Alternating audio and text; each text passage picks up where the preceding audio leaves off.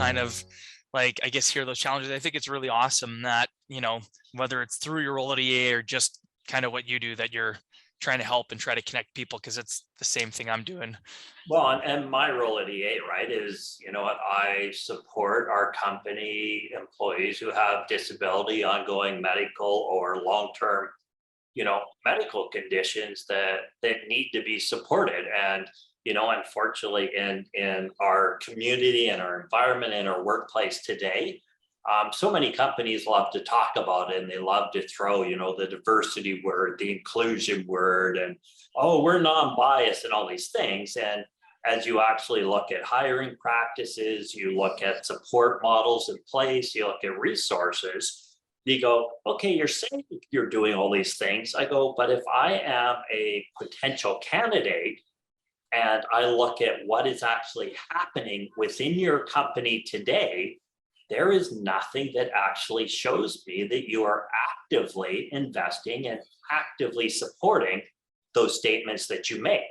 And of course, me always rooting for the underdog is why I love my position, because, when you look at people with long-term medical conditions, disabilities and such, they generally are going to make 30% less a year. Yeah. They are going to have a tougher time seeking and successfully completing any sort of, secondary education. They have additional expenses every year on top of even the best extended health plan out there. And then they face the prejudice and the non-bias of people. And for me, like, my big eye opener was, all of a sudden I ended up in this wheelchair, and it's like, okay, I go from being a para athlete who's qualified to compete in the Olympics to all of a sudden now I'm in this wheelchair. And if I'm out with someone, they talk to the person that's with me, not to me. Right. And if they communicate directly with me, they communicate slower. And I look at them and I go, you do know that I actually have a very good occupation. I have probably more additional courses and training and such than probably 80% of the people out there.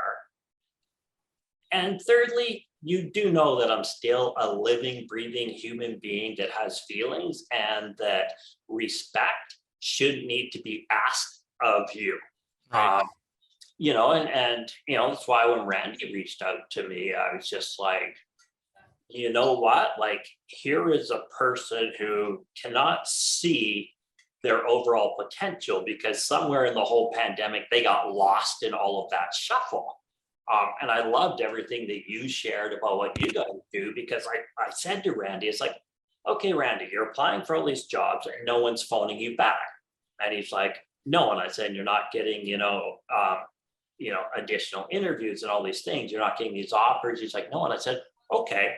So if I look at the jobs you've applied for, and I look at your resume, and I look at your training, and I looked at it, and I look at your LinkedIn profile, your Facebook, all the things, I go, do those support the role that you've applied for and the person that you're trying to convince them that you are?